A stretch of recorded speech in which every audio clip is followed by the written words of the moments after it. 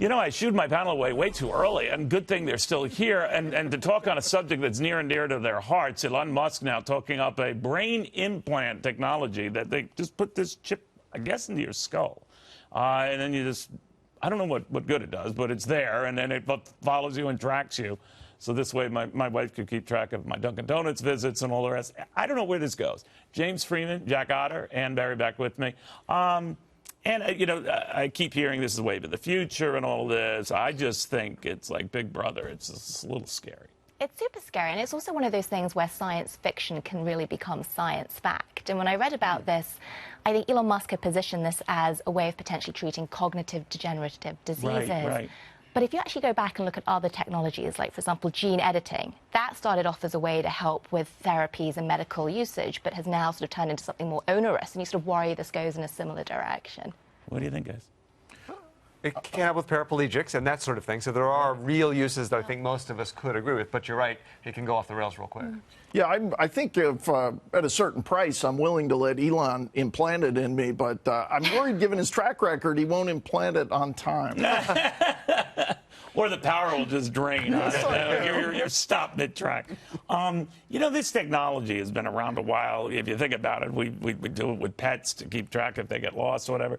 But it's another matter, and this goes beyond just identifying where you are, but it could help you with diseases to your planet.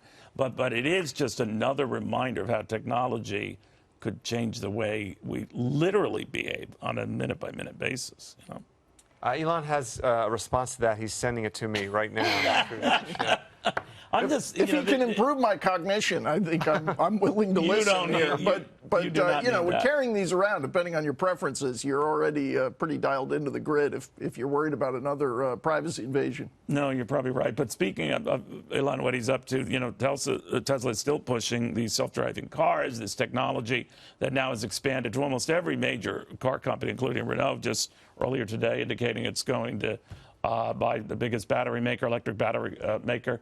This technology is obviously going places, not the chip thing, but, you know, driverless cars, and that's the future. Yeah, I actually have more confidence in him, and he has seriously created some great technology. I think the technology is going to be there. It really is there in many ways already. The problem is regulation and litigation, and I think that's why it's not going to be expanded and used Would you as fast get into as many one? people In other words, that these become like he hopes to have a fleet of taxis. Yeah, I mean, it's funny, or it's not funny. It often ends up in tragedy, but it's often because the machines cannot account for mistakes people make. And then the machine will probably, if it's not already, be a better driver than a person very quickly, but anticipating the weirdness of individual decisions by people is the tough part. And we haven't removed it. They still say that in studies that they have a much, much higher safety and accuracy rate than individuals.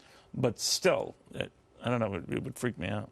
Well, just if you heard that autopilot was going to land the plane, you know, you'd probably rather have a human doing it, just because we're programmed to think that way. But to James's point, I think it really is going to be regulation. It's going to be, how do you train a machine to make a split-second decision that might require, a split second is actually too long, you know, even less than that, to decide between, I don't know, a pedestrian or harming the occupants of the vehicle? Yeah, well, that's where the chip would come in. You know, well, then you can at least say, oh, my God, this is we're going to crash.